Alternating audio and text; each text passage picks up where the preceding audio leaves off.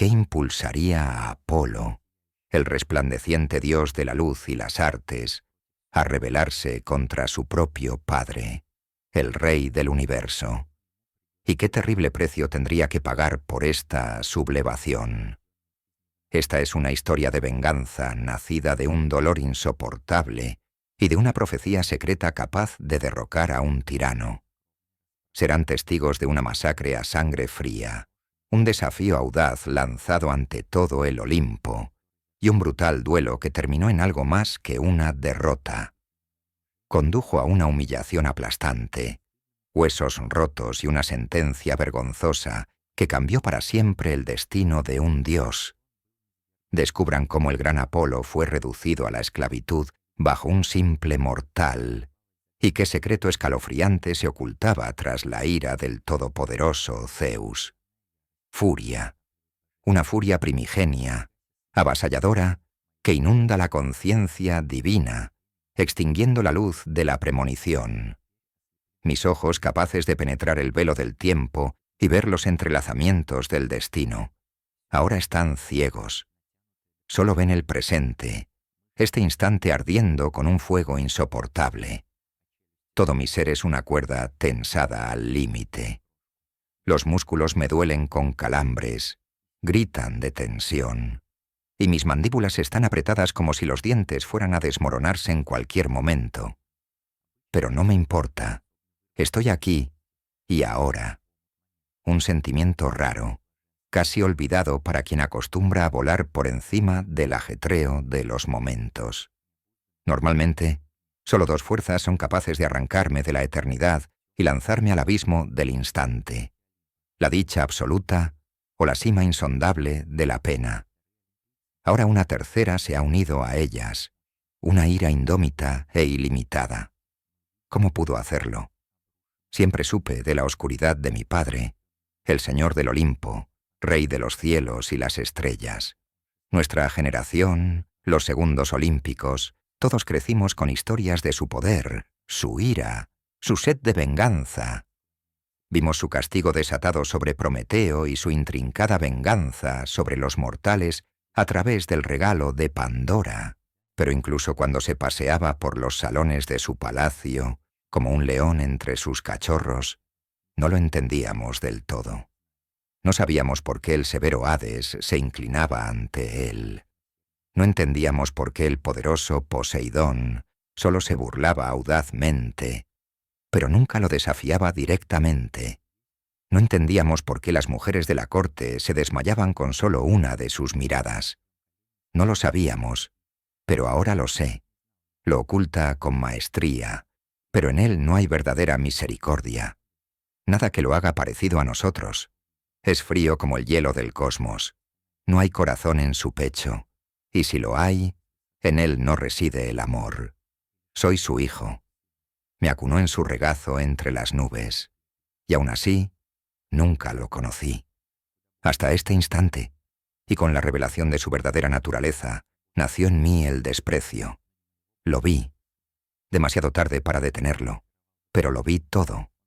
Lo vi descender de las alturas, envuelto en majestad, y quitarle la vida a mi hijo, a su propio nieto, Asclepio.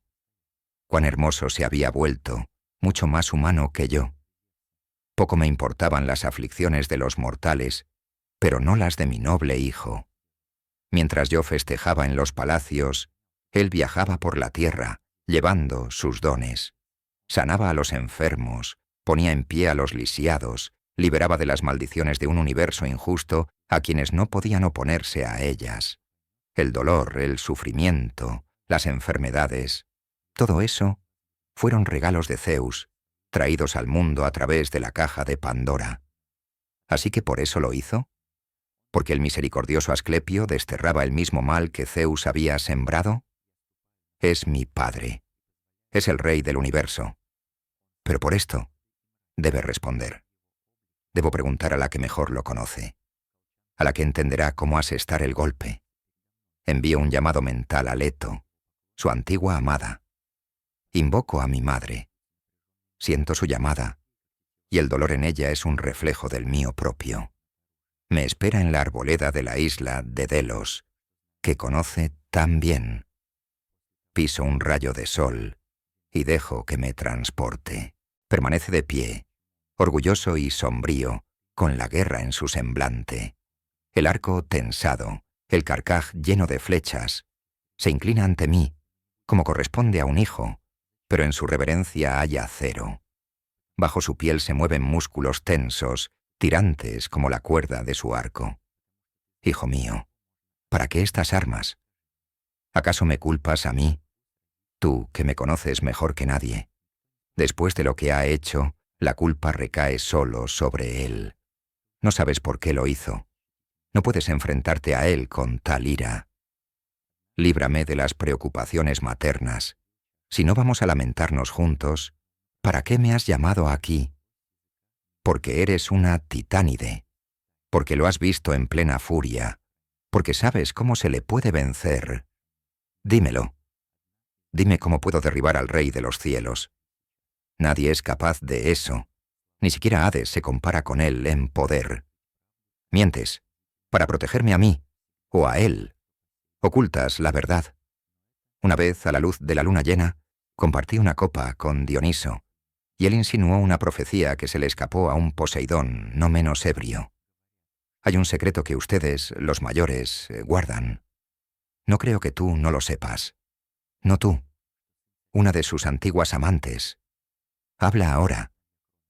Dudo. Las palabras se me atoran en la garganta. No puedo ocultar la verdad a su mirada penetrante. Siempre supe que Poseidón era un necio, pero esto podría condenarnos a todos. Pero no puedo mentir a mi hijo. Apolo. Quizás él sea un rey mejor.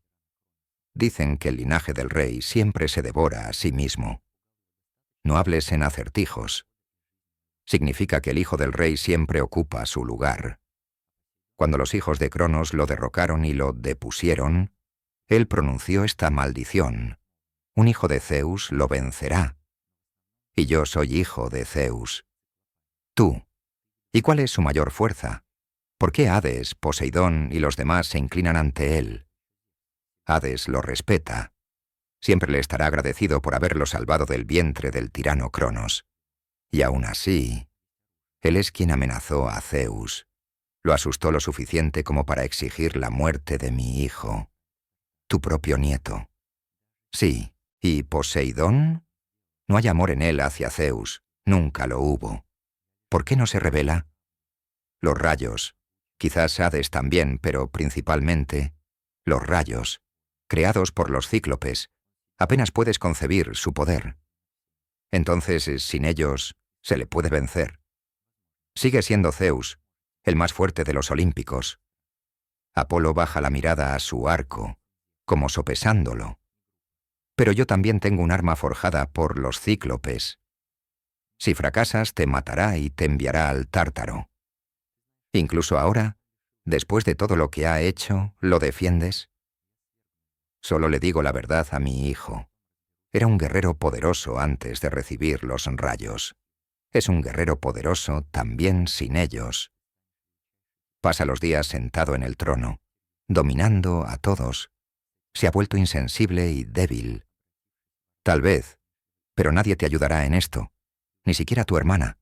Como se dijo, su lugar lo ocupará un hijo de Zeus, no una hija, no un grupo, un hijo. Y ese hijo seré yo. ¿Es que no hay nada que pueda disuadirte de este camino? Conoces la respuesta. Le quitó la vida a mi hijo por miedo a Hades. Lo derrocaré, le quitaré su poder, y luego me encargaré de Hades. Pero primero, quitarle su poder. Gracias, madre. Pronto serás la titánide más grande de todo el Olimpo, la madre del nuevo rey. Con estas palabras, desaparece, transformándose en un águila en burla a su padre, y se lanza hacia el Olimpo. Lo rastreo al pie de la montaña. Hoy no está. Él y Hera, su reina, se han quedado en sus aposentos, lamentándose por la pérdida de Asclepio. Hipócritas. Me abro paso entre las columnas de mármol hacia el lugar donde el fuego arde con más intensidad. El horno de Hefesto, la fragua de los cíclopes. El señor del horno tampoco está. Él y los 3 cíclopes inmortales Han ido a su segunda fragua en Sicilia. Aquí solo están sus hijos, Elato, Traquio, Eureo y Aleo. Solo sus descendientes mortales custodian el mayor arsenal que el mundo jamás haya visto. Y ataco. Les envío un mensaje de que los esperan afuera, y salen torpemente. Entro en la armería del Todopoderoso. Allí, en vainas a lo largo de las paredes, encuentro su colección personal. Multitud de rayos, cada uno crepitando con el poder que contenía. Quizás debería habérmelos llevado, pero eso no habría sido suficiente. Invoco mi propio poder y brillo como el sol. Rompo cada uno de ellos contra mi rodilla. Sus rayos están destruidos. Ahora es el momento de encargarme de sus creadores. Salgo pausadamente, como si no tuviera ninguna preocupación. Los necios miran al cielo, buscando alrededor de las cumbres del Olimpo al Señor que, les dije, los espera. Grandes forjadores, pero en todo lo demás, poco astutos. Cargo una flecha en el arco, creado por sus propios padres, los cíclopes inmortales, y suelto la cuerda. La flecha se dispara y atraviesa el ojo de Elato, poniendo fin a su existencia al instante. Sus hermanos me miran horrorizados y luego echan a correr. Cargo la siguiente flecha. Alcanzo a Traquio con un disparo en la pantorrilla. Cae y grita al cielo. Lo remato con un segundo disparo que le perfora la garganta. Eureo y Aleo corren más rápido, pero no pueden escapar de mi arte. Al primero lo alcanzo en el costado, perforándole el pulmón.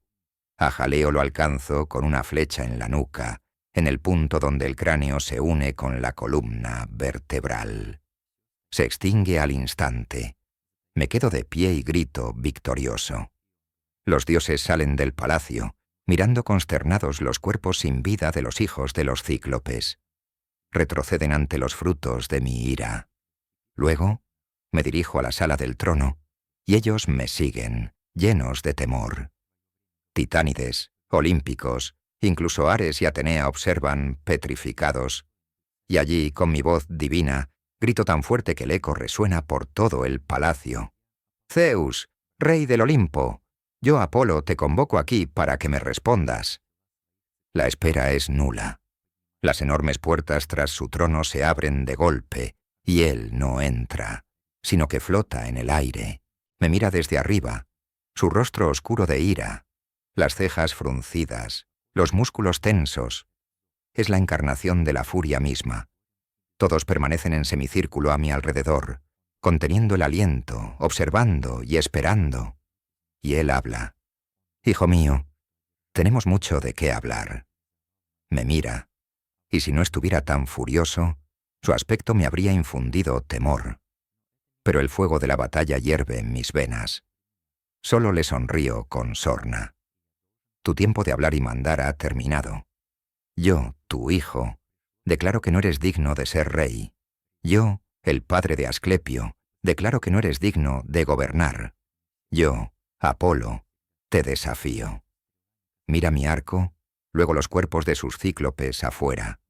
Levanto el arco hacia los cielos y le grito. En tu arsenal no quedan rayos, viejo, y tus esclavos armeros han sido todos eliminados. Acepta tu destino, tirano.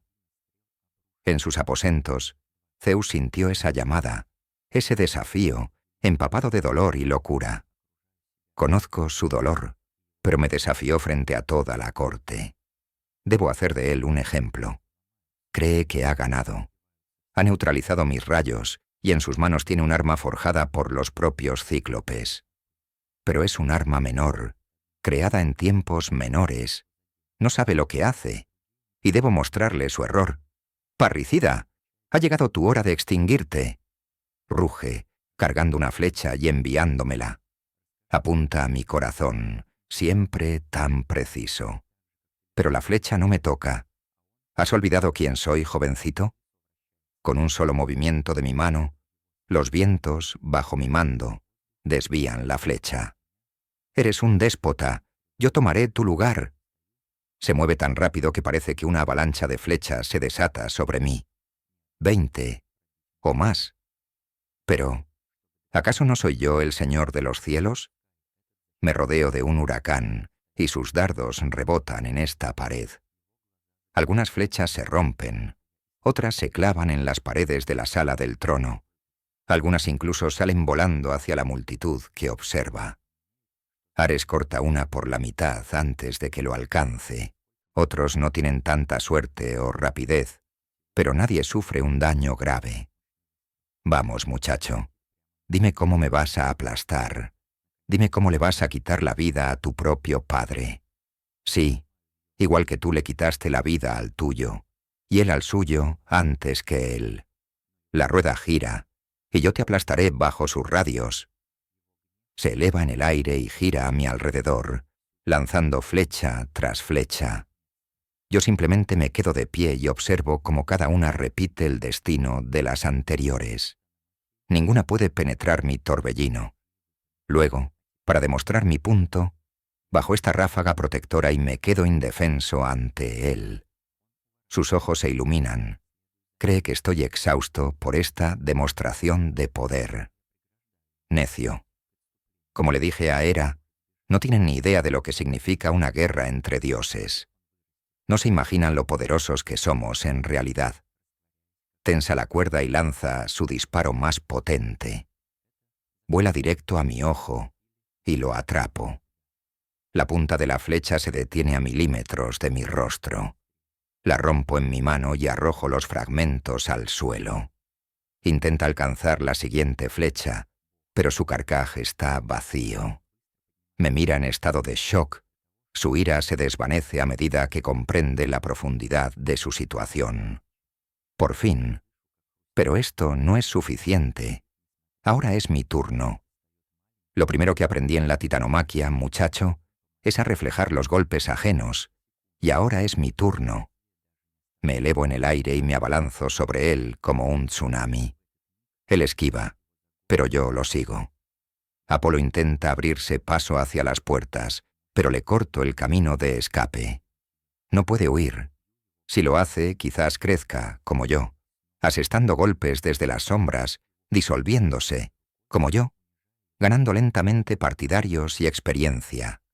Esto terminará ahora, o no terminará nunca. Él es rápido, pero en el aire, en mi reino, soy más rápido. Finalmente lo atrapo por una pierna, estampándolo contra el suelo. El mármol estalla con el impacto, pero él es un dios. Es mi hijo. Se pone de pie rápidamente, solo para que mi golpe descendente, asestado con ambas manos, caiga sobre sus hombros. Escucho cómo crujen sus huesos. No grita, a pesar del dolor. Saca un cuchillo pequeño pero afilado y lo desliza por mi pecho. Se queda inmóvil por un segundo cuando la hoja ni siquiera deja un rasguño. No perfora mi piel. Y en ese instante, lo agarro por la garganta con mi mano derecha. Sus propios dedos débiles se aferran a mi poderoso agarre, pero no puede moverlo. Lo golpeo con la cabeza contra el suelo. Una y otra vez, y otra vez. Le golpeo la cara con la mano izquierda, humillándolo con la palma abierta en lugar de un puño, que lo acabaría demasiado rápido. De su rostro gotea icor. Las mejillas están desgarradas. Los ojos ya están hinchados y amoratados. Me golpea con las manos, intentando en vano que lo suelte. Le agarro el antebrazo derecho, lo aprieto y lo retuerzo. Su muñeca cuelga inerte mientras el brazo se rompe como una rama seca bajo el pie de un gigante. Lo suelto. Cae de rodillas, respirando con dificultad. Lo agarro por el cabello y lo levanto, ahora asestando golpes con el puño cerrado en las costillas y el abdomen. Icor brota de su boca, como sangre mortal, pero aprieta los dientes, preparándose para más golpes. Lo suelto de nuevo, pero cuando cae, le propino una patada. Vuela a través de 3 columnas, y toda la sala del trono se estremece. Me acerco al lugar donde aterrizó, medio empotrado en la pared del fondo. Su cuerpo está quebrado, apenas consciente. A pesar de mí mismo, me enorgullezco de él. pero me desafió. Ahora que hemos descubierto la verdad, demostrado quién es el gobernante aquí, debo dictarte sentencia, Apolo. Ha llegado el momento de que te unas a aquellos que rechazaron mi autoridad antes que tú. Está demasiado débil incluso para ponerse de pie. Apenas se arrastra fuera de la pared, cayendo al suelo y mirándome desde abajo. Y finalmente, ahí está. El miedo en sus ojos. Alguien se abalanza ante mí, con las manos entrelazadas en súplica y la cabeza baja. Es mi antigua amada, la madre de Apolo, Leto. Zeus, rey de los cielos, mi antiguo elegido. Es joven, está consumido por el dolor. No comprende los desafíos del gobierno. No sabe de tus dificultades que te obligaron a quitarle la vida a su hijo, Asclepio. Misericordia, en nombre del amor que una vez nos unió, en nombre de la compasión de la que, sé, eres capaz. Te ruego, no lo envíes al reino del que no hay retorno. No lo envíes al Tártaro. ¿Acaso tu sabiduría no puede encontrar un castigo más adecuado para un muchacho que se creyó un hombre? ¿No puedes doblegarlo sin romper su espíritu para siempre? ¿Acaso no te queda misericordia para un hijo que ha perdido a un hijo? Te lo ruego. Espero. La miro a los ojos, luego a los de Apolo. Su rostro es una pulpa, sus ojos casi cerrados por los golpes. Miro a la corte. Todos están en shock, conteniendo el aliento. Las titánides y mis hermanas están con los ojos muy abiertos, sabiendo que Apolo está cerca de la condenación. Los jóvenes, mis hijos y los hijos de otros dioses y diosas, permanecen inmóviles. Nunca me habían visto así. O intentan ocultarlo, pero tiemblan. Miro a Ares, el único que quizás no tiene miedo. Lo comprobaré. Porque si la profecía es conocida por su generación, entonces él, al menos en sus pensamientos, es su ejecutor más probable. Ares, digo. Doy una orden y lo llamo con un gesto. No duda. Se acerca a mí y se queda en posición de firme. Bien. Él sabe. Él obedece. Paso mi mano sobre Apolo y me dirijo a Ares con una indicación. Pongo mis manos sobre las de Leto y pronuncio: levántate, mi antiguo amor. En tu nombre seré misericordioso. No enviaré a Apolo al Tártaro. Él ha pagado con dolor por su rebelión. Leto empieza a llorar suavemente de alivio. Sin embargo, le quitó la vida a 4 hijos de los cíclopes inmortales. Por esta transgresión debe haber un pago. Vuelvo a mirar a Ares. No se ha movido.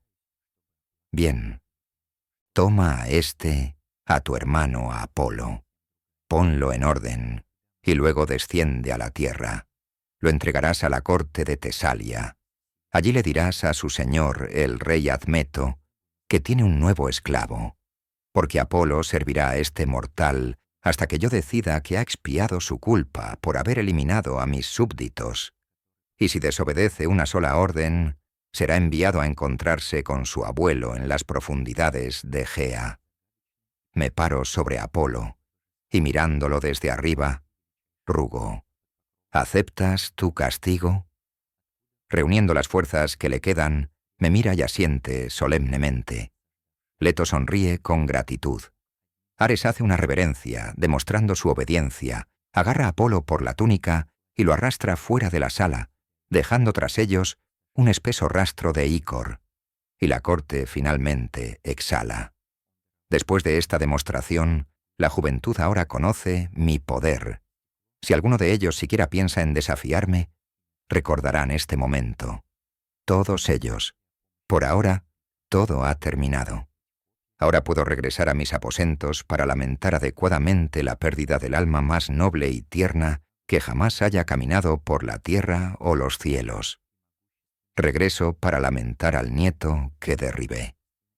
Regreso para lamentar a Asclepio. Lo que sucedió después, bueno, esa ya es otra historia. Cuando hoy escuchamos el nombre de Apolo, al instante surge en nuestra mente la imagen del radiante dios del sol, cabalgando por el cielo en un carro dorado. Sin embargo, este retrato, difundido a lo largo de los siglos, es sólo una pálida sombra de la figura compleja y multifacética que adoraban los antiguos griegos. En la antigüedad, su esencia era mucho más misteriosa e intimidante. Era una deidad que realizaba sus mayores obras al amparo de la noche, oculto en la oscuridad, desde donde enviaba sus implacables flechas sobre las tropas griegas que asediaban Troya.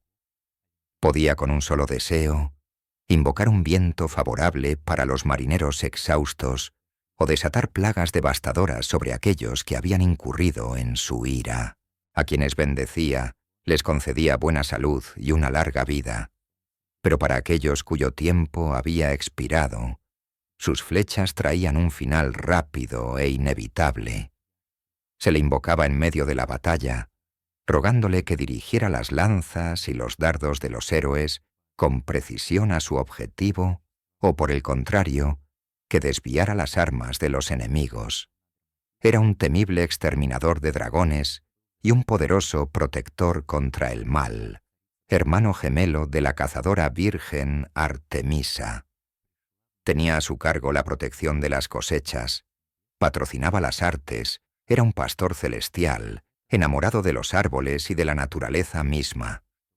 Se le llamaba dios de los lobos y los cuervos, e incluso podía adoptar la forma de un delfín, en cuyo honor se nombró su santuario más sagrado, Delfos. Este lugar, que los antiguos griegos consideraban el centro mismo del universo, se convirtió en la fuente desde la que pronunciaba la sabiduría profética que le había concedido su padre, el propio Zeus. Precisamente estas profecías le dieron fama en todo el mundo occidental. Entonces, ¿cuál es la verdadera naturaleza de este dios, el más famoso, y sin embargo, uno de los menos comprendidos del panteón olímpico? En las fuentes griegas más antiguas que nos han llegado, la Ilíada y la Odisea, prácticamente no hay indicios de que Apolo fuera considerado un equivalente directo del dios del sol Helios. Sin embargo, se le llamaba invariablemente Febo, que significa brillante, radiante, luminoso. De este epíteto derivó la palabra fibazo, que significa profetizar. La historia de su nacimiento está llena de dramatismo e ira divina. Apolo fue concebido por Zeus y nacido de Leto, pero la reina de los dioses, Hera, al enterarse de otra infidelidad de su esposo, se enfureció indescriptiblemente, miró desde los cielos e impuso una terrible maldición. A Leto le estaba prohibido dar a luz a un niño en cualquier lugar que estuviera firmemente unido a la tierra, y en cualquier rincón del mundo donde cayera la luz del sol. Parecía no haber escape, pero aún así se encontró un lugar que no era tierra firme, ni mar, ni cielo. Era la isla de Delos, flotando libremente sobre las olas. Algunas tradiciones cuentan que Leto llegó allí adoptando la forma de una loba, o bien acompañada por una manada entera de lobos, y a esta misteriosa conexión con los lobos volveremos más adelante. Otros mitos relatan que el viento del norte, Bóreas, la llevó a la isla. La isla misma, sin embargo, mostró indecisión. En su conciencia mitológica resonaban las palabras: «He oído que Apolo será arrogante y orgulloso, y por eso tengo en mi corazón y en mi espíritu un gran miedo de que, tan pronto como vea la luz del sol, despreciará esta isla». Obsérvese que aquí ya se vislumbra una clara conexión entre Apolo y la luz del sol. Pero Leto hizo un juramento sagrado de que en esta isla se erigiría un majestuoso templo en honor del poderoso dios que nacería allí, lo que traería a este lugar gran gloria y prosperidad. Y la isla accedió. En otras versiones del mito, Poseidón, apiadándose de Leto, sumergió temporalmente la isla bajo el agua para que no estuviera al alcance de los rayos del sol, y la levantó de nuevo solo en el momento oportuno. Esta conexión entre Apolo y Poseidón se verá en muchos otros mitos, subrayando su compleja interacción. Al parto acudieron todas las diosas, excepto, por supuesto, Hera. En su furia intentó retener a Ilitía, la diosa del parto, para impedir que Leto diera a luz. Pero lograron engañarla ofreciéndole un magnífico collar de ámbar de 9 yardas de largo. El simbolismo del número 9 aparece constantemente en el mito del nacimiento de Apolo. Según algunas fuentes, Leto sufrió los dolores del parto durante 9 días y 9 noches. El hecho de que el collar estuviera hecho de ámbar también lo conecta directamente con Apolo. Historias posteriores afirman que las lágrimas de Apolo, derramadas por Asclepio, se convirtieron en ámbar y crearon el río Erídano, que rodea la mítica tierra de Hiperbórea, donde se creía que se encontraban todas las reservas mundiales de ámbar. Finalmente, el dios nació bajo una palmera datilera. El nombre de este árbol en griego es dactilos, que también significa dedo. Pero en este contexto, lo que es más importante, se refiere a una unidad de medida. Por ejemplo, el hexámetro dactílico es el nombre de la medida poética griega clásica en la que está escrita la Ilíada. Por eso su lugar de nacimiento fue una palmera. Su propio nombre está relacionado con la noción de medida, y por lo tanto, con la poesía, la armonía y la distancia. También nació junto a un arroyo llamado Inopo, que posiblemente significa voz fuerte, nacido entre las rocas bajo el rugido de la marea, simbolizando el sonido del viento y las olas. Tan pronto como nació, la isla de Delos se afianzó firmemente en la tierra y dejó de vagar por el mar.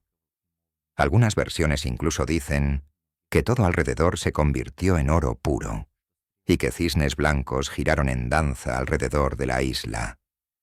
Hesíodo escribe que al nacer sostenía en la mano una espada de oro, un atributo que también poseían Hermes y los dioses, relacionados con la luz y el sol, en el antiguo Rig Veda indio. Después del primer sorbo de ambrosía, con la que lo alimentó Temis, la diosa de la ley divina, se transformó en un joven fuerte y hermoso de una belleza sin igual. Tan pronto como el néctar tocó sus labios, su poder estalló, ningún vendaje podía retenerlo, y proclamó en voz alta que sería el señor del tiro con arco, el maestro del arte de la lira, y que interpretaría la voluntad de Zeus y la anunciaría a los hombres. El hecho de que fuera Temis, la diosa del orden, la primera en alimentarlo, demuestra su conexión indisoluble con la ley divina, al igual que las 3 fuerzas que proclamó al nacer. El tiro con arco está relacionado con la noción de distancia, con su superación y con el enfoque en un objetivo para golpearlo desde lejos. La lira representa la música, la armonía cósmica y la expresión de la ley divina. Y la voluntad de Zeus es la mente de la conciencia suprema de los cielos, cuyo conocimiento se logra a través de la iluminación de la mente. Poco después Apolo recibió como regalo de Hefesto, el herrero divino, su gran arco de plata. El mismo Hefesto, como se sabe, forjó también los rayos para Zeus y las armaduras para muchos héroes. Se creía que las flechas de Apolo estaban de alguna manera conectadas con el fuego y la luz, y el himno homérico hace la misma analogía, llamando a la luz brillante del fuego encendido por Apolo sus flechas. Se dice que todos los dioses tiemblan de miedo ante este arco cuando Apolo entra en los salones de Zeus. Solo Leto, su madre, permanece serena al ver a su hijo. Se acerca a él y lo desarma, quitándole el arco y el carcaj de los hombros. Y solo cuando está desarmado, con la lira en las manos, los dioses pueden relajarse en su presencia. Las flechas de este arco eran a menudo mortales, a veces causando destrucción instantánea y otras veces epidemias. En raras ocasiones se decía que Apolo arrojaba sus flechas como rayos, pero generalmente golpeaban el cuerpo humano. Se creía que si alguien caía muerto repentinamente, sin causa aparente, había sido golpeado por el que golpea desde lejos, Apolo. De Zeus recibió como regalo un carro de oro tirado por cisnes, que lo llevaba por el cielo.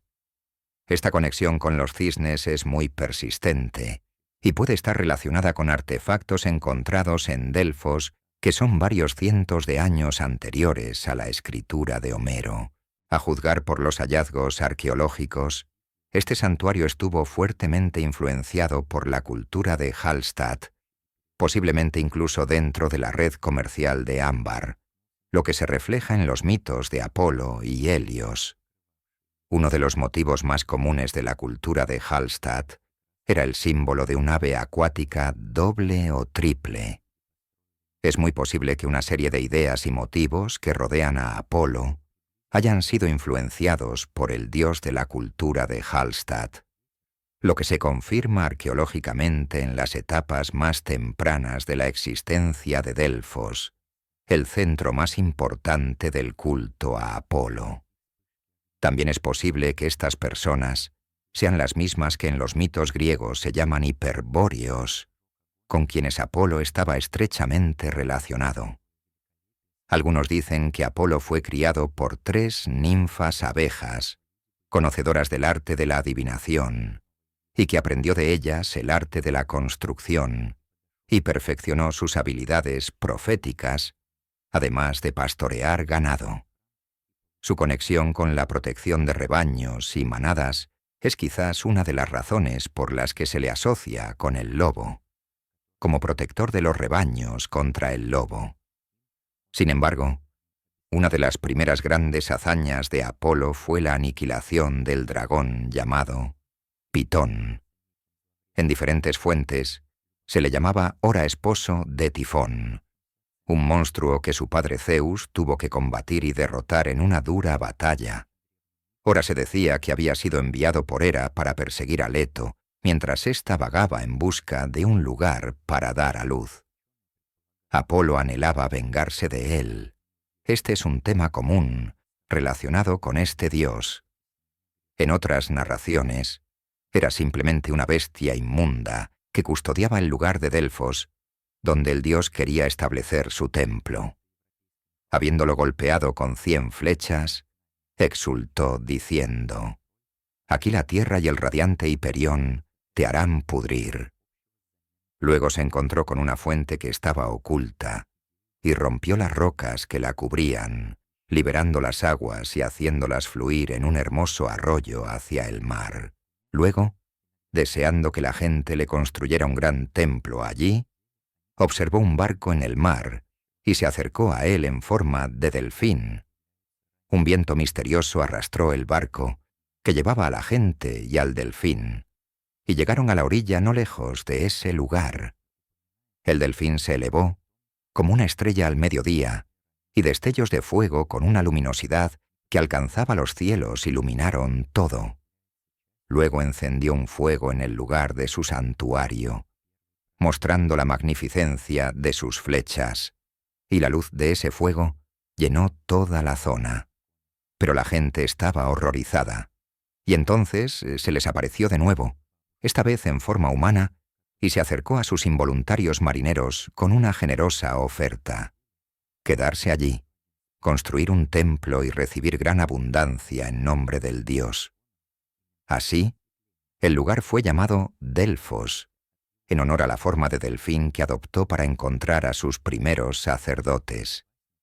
A ellos les otorgó el conocimiento de los dioses inmortales y de lo que aún estaba por venir. Aunque el dragón se presenta como una criatura maligna, es curioso que se encuentre en un lugar considerado el centro de la Tierra. En este sentido, puede estar relacionado con un mito muy antiguo del dragón que se encuentra en las raíces del árbol del mundo, que crece desde el centro.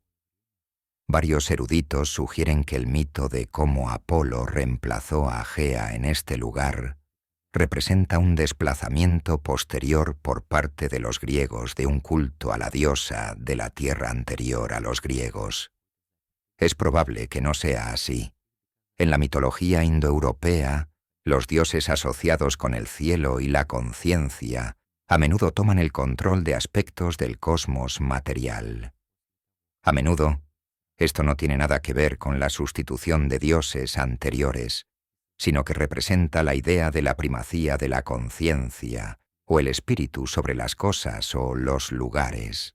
A veces se citan figuras femeninas tempranas para apoyar este argumento, pero en realidad provienen de un lugar cercano al templo de Atenea, y es casi seguro que son ofrendas votivas tempranas a ella o a una diosa asociada con ella.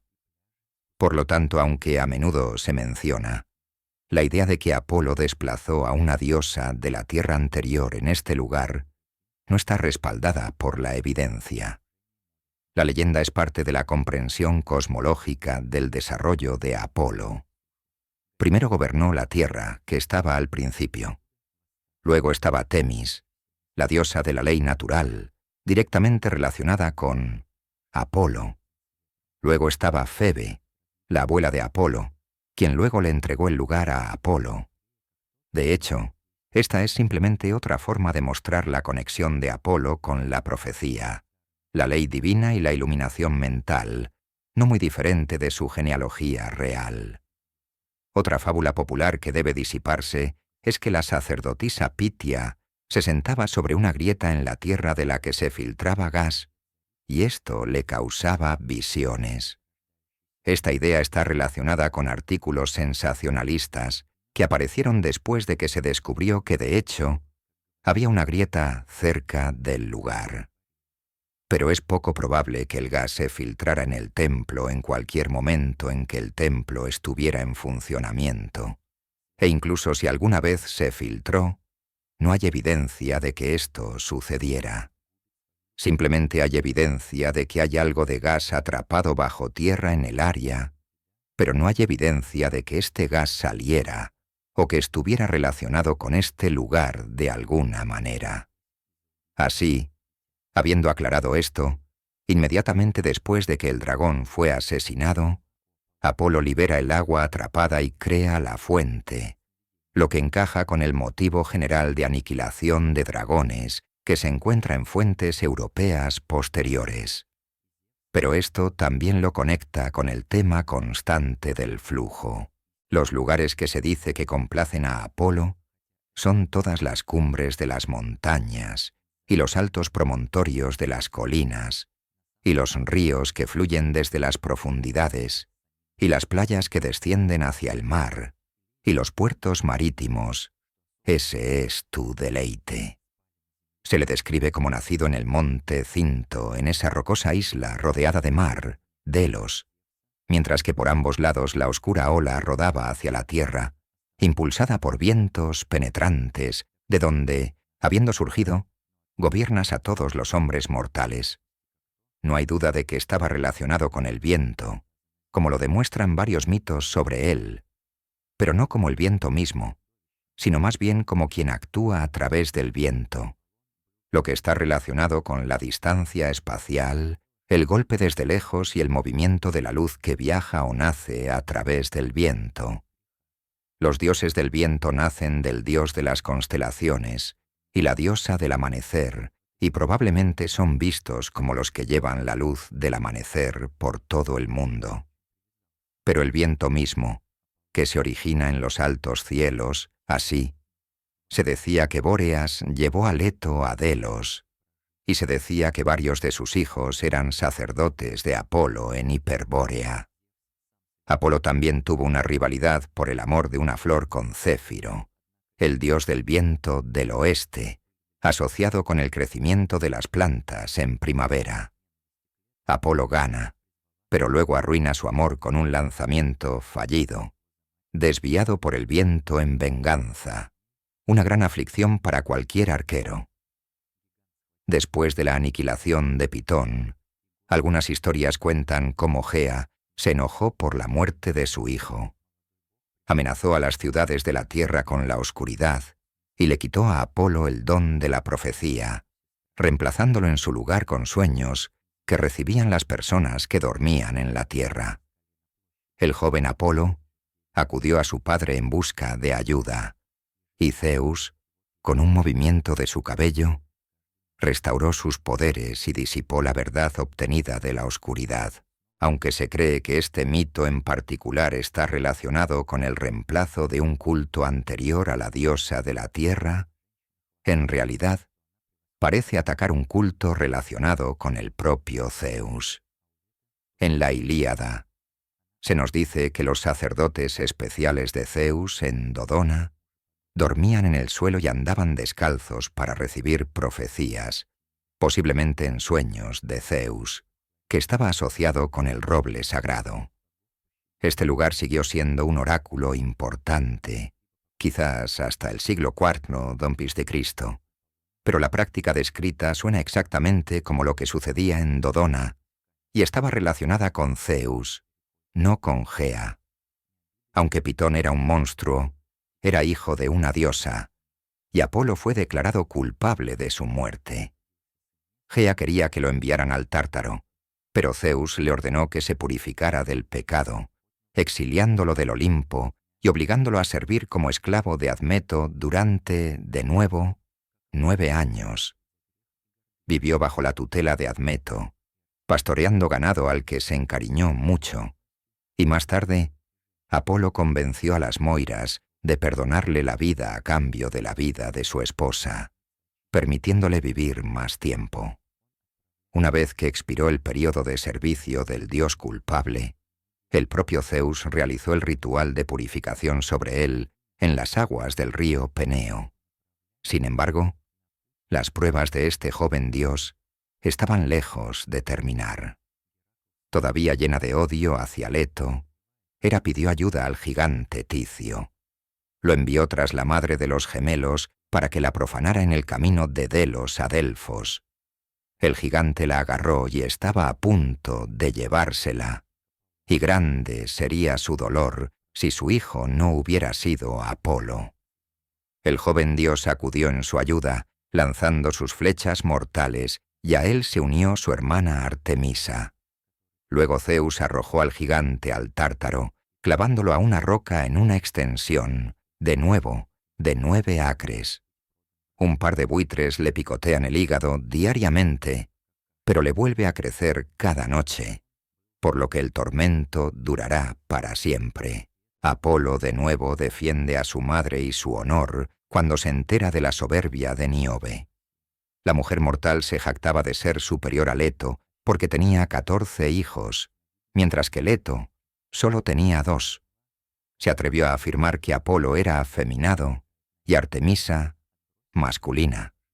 Apolo aniquiló a todos los hijos de Níobe y Artemisa a todas las hijas, a excepción de Cloris y Amiclas, quienes rogaron a los dioses que los perdonaran.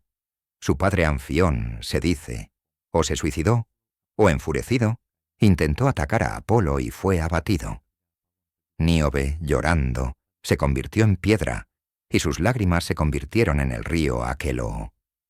Los nióbidas permanecieron insepultos durante, de nuevo, 9 días.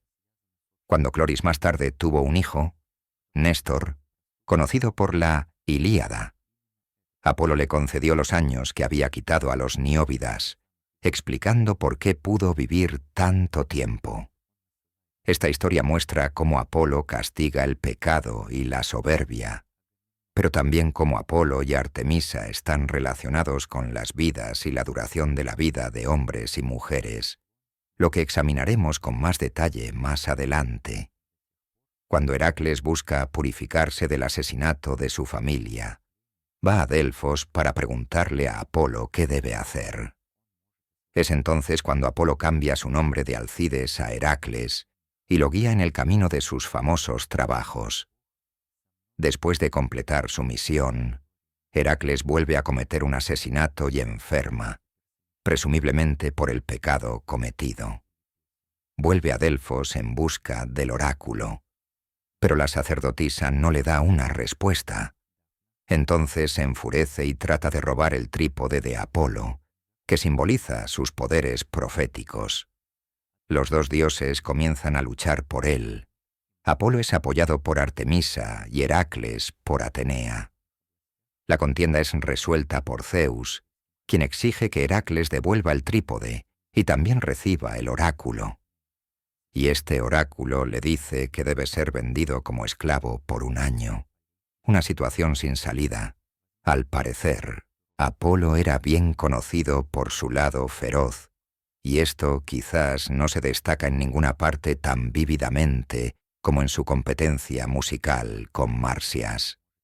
Según la tradición, Atenea inventó el aulos, un tipo de flauta doble, pero cuando se dio cuenta de cómo se le hinchaban las mejillas al tocarlo, lo desechó y lanzó una maldición de que cualquiera que lo recogiera sería castigado. Marsias se encontró con la flauta, la recogió y comenzó a dominar el instrumento hasta que se convirtió en un músico tan excelente que desafió a Apolo a un concurso musical. Cuando Apolo ganó, ordenó que Marsias fuera colgado de un árbol y desollado vivo. Su sangre creó el río Marsias. Por muy severo que fuera, esto está relacionado con el tema general en torno al dios como aquel que castiga las transgresiones o la soberbia. Y es este aspecto el que lo conecta con una de sus hazañas más famosas en la Ilíada, la plaga que envía sobre las tropas de los dánaos. La razón fue la ofensa a un dios cometida por Agamenón, quien se negó a rescatar a uno de sus sacerdotes y lo insultó. Apolo contraatacó con venganza, exigiendo castigo hasta que se hiciera expiación. Este castigo y expiación se pueden encontrar en muchas historias de Apolo. Él puede liberar a las personas de sus transgresiones, pero también las castiga. Apolo también es un dios con muchas historias de amor trágicas, y estos amantes a veces son personificaciones de plantas, animales o canciones. Las principales entre ellas son las 9 musas, pero también a Cacálida, el narciso, Dafne, el laurel, Crisótemis, la ley natural dorada, que está relacionada con la agricultura, así como Coronis, la corneja, Jacinto y muchos otros. En general, en el culto en ciertas áreas, Apolo está firmemente relacionado con la agricultura y la cosecha. Uno de sus festivales más grandes, las Carneas, está relacionado con la cosecha, y Apolo es en general un protector de los cultivos, los campos y los rebaños. Quizás a través de este papel se le conoció como Licaeo, el dios lobo. Como guardián de los rebaños, es un protector contra los lobos, pero contra aquellos que han ofendido al dios, bien podría enviar lobos a sus rebaños. Este aspecto de guardián de los campos puede estar relacionado con uno de sus mitos más interesantes, la muerte de Asclepio y la aniquilación de los cíclopes, que une casi todos los aspectos principales que hemos visto hasta ahora. Se dice que Asclepio era hijo de Apolo y la ninfa Corónide, cuyo nombre está relacionado con el cuervo, y era un médico mortal muy talentoso que llegó a ser tan hábil en su oficio que podía prolongar la vida e incluso devolver a la gente de la muerte. Sin embargo, la habilidad de devolver a los muertos violaba el orden natural, y por lo tanto, Zeus lo fulminó con un rayo. Sin embargo, como en todos los casos en que alguien relacionado con Apolo es agraviado, esto no queda sin consecuencias. Aunque no buscaría venganza contra su padre Zeus, Apolo en su lugar castigó a los forjadores de su rayo, los cíclopes. Los golpeó con sus flechas de largo alcance y luego escondió su arma bajo una montaña en el norte, lo que quizás insinúa un volcán y sugiere nuevamente un aspecto de fuego de estas flechas. Zeus se entera de esto y decide hacer de Asclepio un dios de la salud y la medicina, representándolo en el cielo como la constelación de Ofiuco. En algunas variantes de este mito, El regreso de la flecha de Apolo se asocia con una cosecha abundante. Una posible lectura agraria de este mito podría ser la siguiente. El buen estado de los cultivos en la etapa de maduración está amenazado por el clima tormentoso. Apolo dispersa las nubes de tormenta y ahuyenta a los gigantes del trueno con sus flechas de fuego, creando el clima ideal para las etapas finales de la recolección de cereales. Por supuesto, no es casualidad que Apolo mate a los dioses de la tormenta originales, y esto está relacionado con su papel en la agricultura. Pero Apolo también es el padre de Aristeo, el dios rústico de los pastores, la apicultura, las hierbas medicinales y, lo que es más interesante, los vientos etéseos. Estos son vientos fuertes que soplan del norte y que se invocan para aliviar el calor abrasador, las epidemias y las enfermedades asociadas con la estrella Sirio. También se decía que Aristeo aliviaba la sequía, lo que lo conecta con Zeus como dios de la lluvia. Algunas fuentes dicen que era hijo de Urano, pero la mayoría lo considera hijo de Apolo, y es probable que en tiempos más arcaicos se creyera que el que golpea desde lejos tenía más poder sobre el cielo y el clima en general de lo que se ha conservado en las tradiciones. Para comprender a Apolo más profundamente, debemos recurrir a la etimología de su nombre. Algunos creen que significa destructor, otros ven en él el significado de uno de la asamblea, o lo conectan con el nombre anatolio pregriego Apuliunas, el nombre de un dios mencionado en un tratado hitita, que puede significar el que tiende trampas. Otros miran más al este, a Aplu, un dios de la plaga que es hijo del dios del sol. Personalmente, estoy más convencido del argumento de que su nombre proviene de Apeya, que significa anuncio, jactancia o promesa, ya que esto está directamente relacionado con una de sus funciones principales como dios de las profecías y encaja perfectamente con la genealogía proporcionada por Hesíodo y otros. Así, es hijo de Zeus y, por lo tanto, el espíritu brillante de la conciencia. Su madre Leto, cuyo nombre quizás significa oscura, oculta o modesta, es hermana de Asteria, que significa estrella caída, quien huyó de Zeus después de la guerra con los titanes y se convirtió en la isla de Delos, la misma isla en la que nació Apolo. Ella es la diosa de las estrellas caídas y de las profecías hechas observándolas.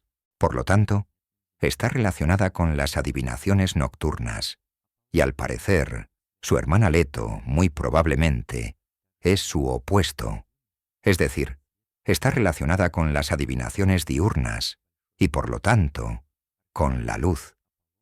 Esta naturaleza dual de las hermanas, noche y día, en cierto sentido, quizás se refleja en Apolo y Artemisa, quienes se asocian con el sol y la luna.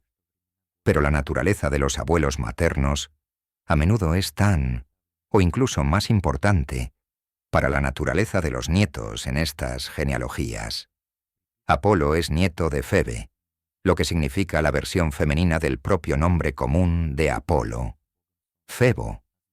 Esto significa brillante, resplandeciente o radiante, ya que era una titánide de la iluminación y la profecía y el eje central de la Tierra, Delfos, hija de Gea, y Urano.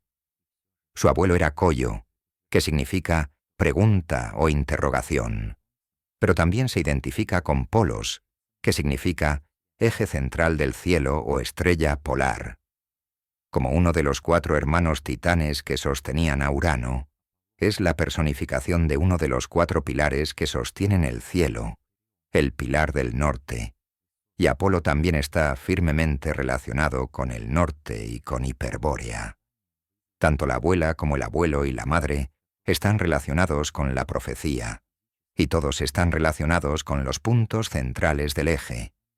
Febe es la diosa de la mente profética, y Coyo es la pregunta. Parece probable que sean titanes que representan el centro cósmico del que fluye todo conocimiento, pero también alrededor del cual se mueve el cosmos. El nombre Febe se usa, probablemente, no en relación con la luz del sol, sino con el brillo y la iluminación como un estado mental, aquello que se revela, o aquella que ilumina la mente. El lugar de Apolo está en el centro, ya sea en Delfos o en Hiperbórea, probablemente representando el polo norte. En Delfos, durante los meses de invierno, se creía que Apolo viajaba al norte y su presencia abandonaba el templo. Esto es extraño para un dios del sol, ya que en invierno, en realidad, se mueve hacia el sur, pero su desaparición parece estar relacionada con la estación. Quizás va hacia el norte desde el centro de la Tierra hacia el centro del cielo, donde gobierna la música del cosmos, representada por el movimiento de los cielos y las estrellas, más perceptible en invierno con sus largas noches. Apolo también puede estar relacionado con el calor y la luz del sol, al igual que el himno homérico llama a la luz del fuego sus flechas. Con gran perspicacia, el himno órfico a Apolo se refiere al sol como su ojo y afirma que todas las diferencias en la naturaleza y su concordia son el resultado de la actividad de Apolo y que las estaciones cambian de acuerdo con su música, representándose las estaciones como notas en su lira. Así, el flujo y la armonía del mundo se atribuyen a Apolo como expresiones de la música. En Egipto, Apolo no estaba relacionado con Ra, el dios del sol, sino con Horus, el dios del cielo, cuyos ojos eran el sol y la luna, lo que quizás influyó en la descripción órfica. Su nombre significa lejano, de la misma manera que Apolo es llamado el que golpea desde lejos. Y sin embargo, aunque algunos han afirmado que inicialmente no estaba relacionado con el sol, el himno homérico parece aludir a esta conexión, si no lo dice directamente. Helios se menciona varias veces en el himno, y el propio Apolo invoca a Helios con su nombre alternativo Hiperión, que significa alto, y su elección de este nombre también puede estar relacionada con el deseo de evocar la sensación de distancia con la que está relacionado. Está claro que no era una manifestación física del sol, pero sin duda se establece una cierta conexión. Helios distribuye la luz del sol físico y gobierna su curso por el cielo. Pero Apolo tiene asociaciones mucho más amplias, especialmente con la iluminación mental, la integridad, la distancia, la ley y la armonía. El sol es solo una parte del aspecto de Apolo. Sin embargo, es posible que Apolo, en una etapa temprana, estuviera relacionado con el movimiento del sol, y esto explica en parte por qué está relacionado con la distancia. El punto clave con respecto al sol es su movimiento diario a través del espacio visible. En las fuentes védicas se decía que el dios Vishnu creó este espacio con 3 pasos, y esta, al parecer, era la distancia espacial medida por el movimiento del sol. El dios Savitar, a veces identificado con el sol y a veces distinto de él, también parece haber estado relacionado con este movimiento y la inspiración del sol. Su nombre significa el que impulsa. Está firmemente relacionado con el castigo y la purificación del pecado, un elemento también clave para Apolo. Quizás su gobierno desde el centro también esté relacionado con esto. Es desde el centro que todas las cosas se extienden hacia afuera y alrededor del cual todo se mueve. Se decía que Zeus midió el mundo soltando 2 águilas desde los extremos, y donde se encontraron estaban Delfos, donde se encontraba el Ónfalos, o el ombligo de la tierra, conectando de nuevo este lugar y, por lo tanto, a Apolo con la medición de la distancia. La música también está estrechamente relacionada con la medición, al igual que el movimiento del Sol y la Luna que cruzan el mundo. Se dice que el Sol mide el mundo, por lo que es posible que Apolo estuviera relacionado al menos con este aspecto solar particular en el período antiguo. La conexión de Apolo con los lobos también puede tener una conexión extraña e improbable con este movimiento celestial. La gente ha buscado durante mucho tiempo una explicación de por qué Apolo se asocia constantemente con el lobo. En Delfos, frente a su altar, había una estatua de bronce de un lobo. Se decía que su madre estaba en forma de loba o acompañada de lobos cuando nació. El mito cuenta cómo dirigió a los lobos para alimentar a Mileto de Creta. En Argos, el mito cuenta cómo Dánao presenció una pelea entre un lobo y un toro. Se asoció con el lobo y cuando éste ganó, lo tomó como un presagio de Apolo y luego construyó un templo a Apolo Liceo. Cuando varios seguidores se confundieron con esto en tiempos posteriores y buscaron una explicación en el brillo de los ojos del lobo o en la aparición del lobo al amanecer, estaban perdiendo la conexión más profunda. En la mitología nórdica, se dice que el sol y la luna son perseguidos, o en algunos casos, guiados por lobos. Estos lobos en realidad definen el movimiento del sol y la luna, impulsándolos a volar por los cielos. ¿Es esto simplemente una coincidencia? Una fuerza clave asociada con Apolo es la inspiración o el impulso de acuerdo con los dictados de la armonía y la ley. La música es la fuerza principal de tal inspiración e iluminación mental. Según Pitágoras, a quien algunos consideran hijo de Apolo, todo en el mundo tiene un número, pero este número es una expresión de una nota musical. Se creía que el sol, la luna y las estrellas tenían su propio sonido, y el cosmos, en última instancia, estaba compuesto de música. Pero la música, en todo caso, es sonido, y por lo tanto, como dios de la música, Apolo no puede ser solo un dios de la luz. Porque lo más importante de Apolo es que es un dios que no solo conoce la conciencia cósmica suprema de su padre Zeus, sino que también la proclama al hombre. Estas proclamaciones se hacen a través del habla, las sentencias, lo que nos remite al posible significado de su nombre, y también hace comprensible su genealogía.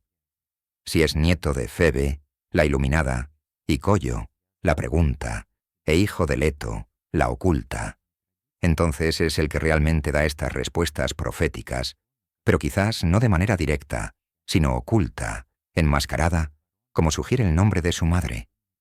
Apolo es el que conecta al hombre con este conocimiento superior e iluminado.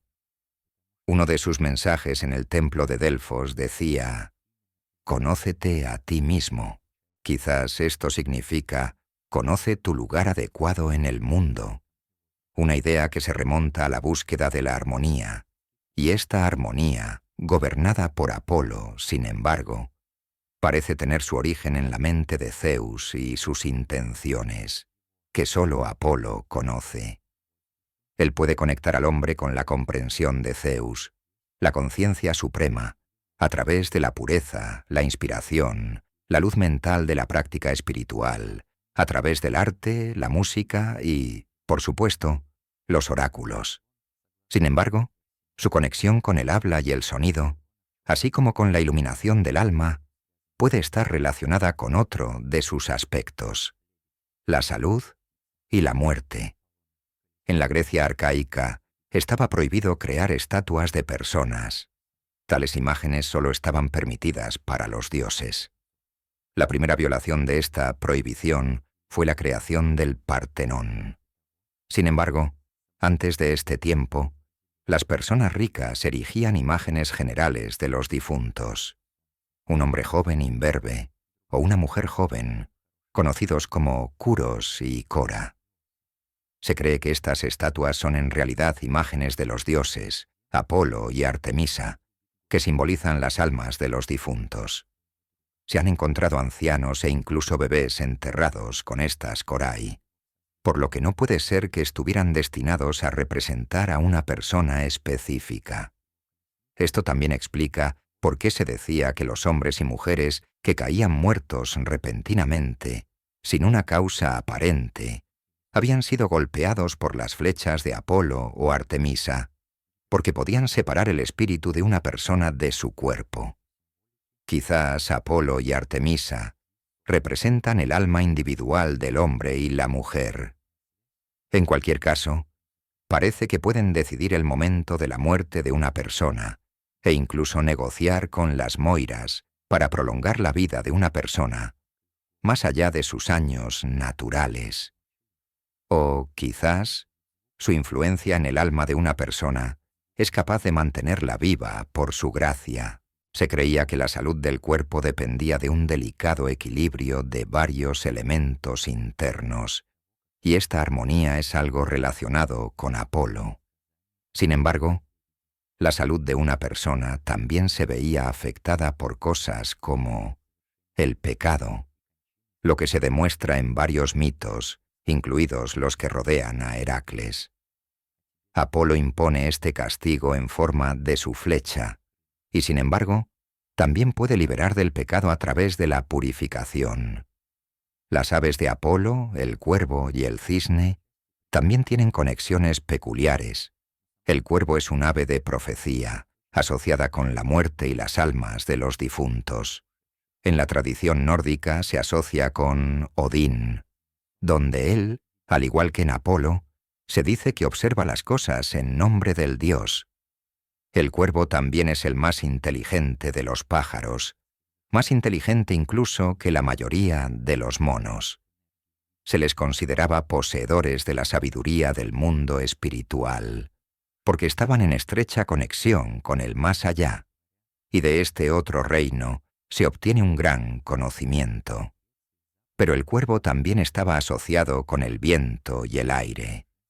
Consideremos el culto mitraico, que se extendió por Europa en el período romano.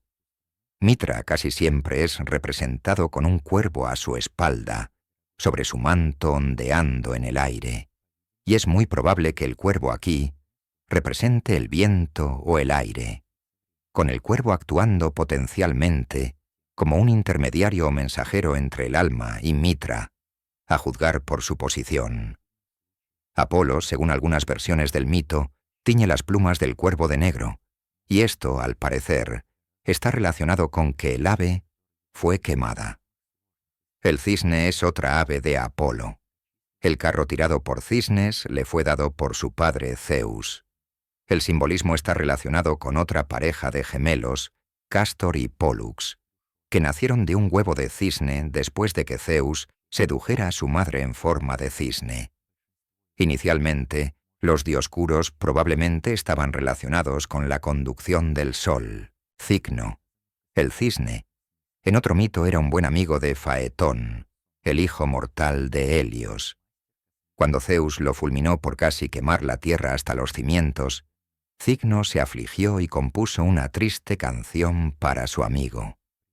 Cuando Zeus la escuchó, lo convirtió en una constelación. Así, cuando Apolo tiene cisnes para tirar de su carro, se establece una conexión solar obvia aquí, porque muchos mitos que involucran cisnes están directamente relacionados con la luz o el sol. El origen de esto es, al parecer, hiperbóreo, es decir, de la cultura de Hallstatt y su simbolismo de aves acuáticas en relación con el disco solar. Sin embargo, hay otra conexión extraña entre el cisne y la música. El cisne no es un cantante particularmente bueno, lo que se señala en estas narraciones, llamando la atención sobre su voz. Generalmente, el cisne es bastante silencioso, y cuando emiten un sonido, no difiere mucho del de un pato. Pero hay una conexión entre el canto del cisne y su última hora. Se supone que el cisne canta bellamente después de haber muerto, y esto parece insinuarse en la historia de Zeus y el cisne, que acaba de mencionarse. También hay una conexión entre los dioscuros y el final de la vida, y la muerte del hijo de Helios. En el himno homérico se dice: Febo, de ti incluso el cisne canta con voz clara bajo el batir de sus alas. La palabra clave aquí es incluso el cisne. La idea del sonido y el canto también puede ser en parte la razón de la asociación con Apolo.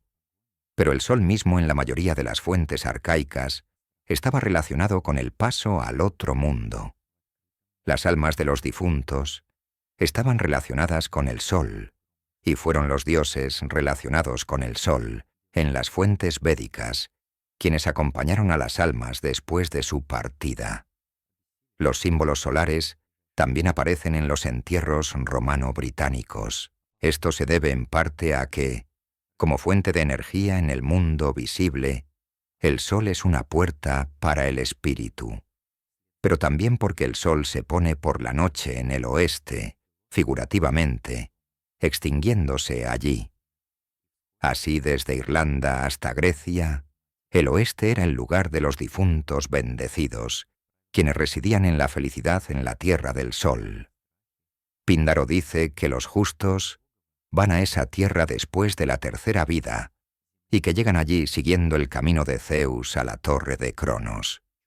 Esto, al parecer, significa el camino del sol al lugar donde reside, o más bien, termina el tiempo, ya que el sol también es quien mide el tiempo.